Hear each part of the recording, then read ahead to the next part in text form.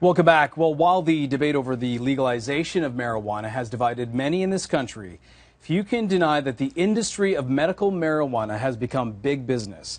And experts say this is just the beginning, with Health Canada even predicting the market will be worth close to $1.5 billion in a decade. Imagine that. Well, there are so many questions, obviously, surrounding this issue. Here to answer some of them is Steve Janjic, the CEO of Americanix. It's the American Cannabis Exchange Marketplace. Thank you so much for coming in. It's a pleasure to be here. All right. Obviously, this is an American model, and you were looking at sort of bringing that to Canada as well. Explain exactly what this is, because when I think of exchange, I think of something like NASDAQ or the TSX, for example.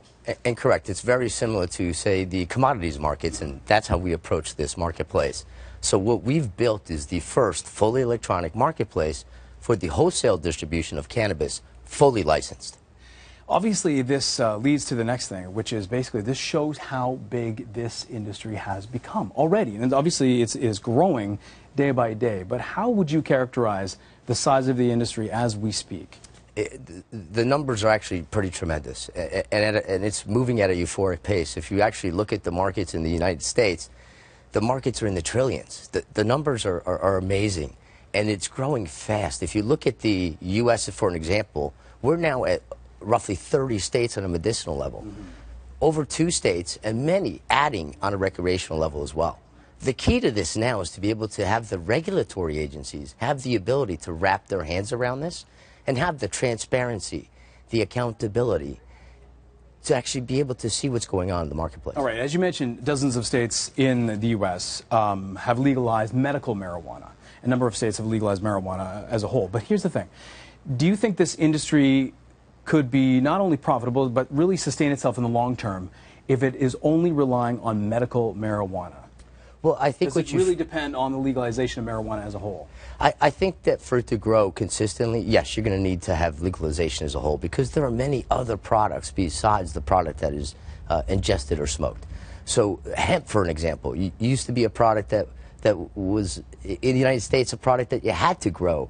The fiber has tremendous value throughout the world. So there are many byproducts within the marijuana that many countries and industries could use. We just need to have the ability to allow it to be legal and have the ability to wrap our hands around it and track each and every transaction.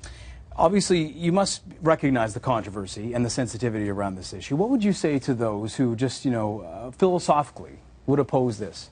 Well, I think what you find is the markets have been opened up. Let's say Pandora's box is open. There are many that oppose it, and many that oppose liquor, many that oppose tobacco. But what you find is, as you control these substances, you find that it keeps it out of the hands of children, and it allows adults, people that can make their own decisions, to use the product. Are the laws playing catch-up in a way in the U.S. and also in Canada? Or do you think the growth of this industry, do you think in some way that is actually influencing the way laws are passed and changed in this country? I think the laws are now looking at it because the product has such tremendous revenue potential. And I think that that's the key factor here. That's been the key factor in the U.S. And this is what's been disseminated throughout our community, is if we're able to legalize this product, we're able to tax it, the numbers are tremendous. And obviously throughout the world, we could use this taxation method. It's interesting because when you look at here in Ontario, there's a town, Smith Falls, which used to house the Hershey factory. Hershey closed this factory down, and now this factory has been transformed into producing medical marijuana.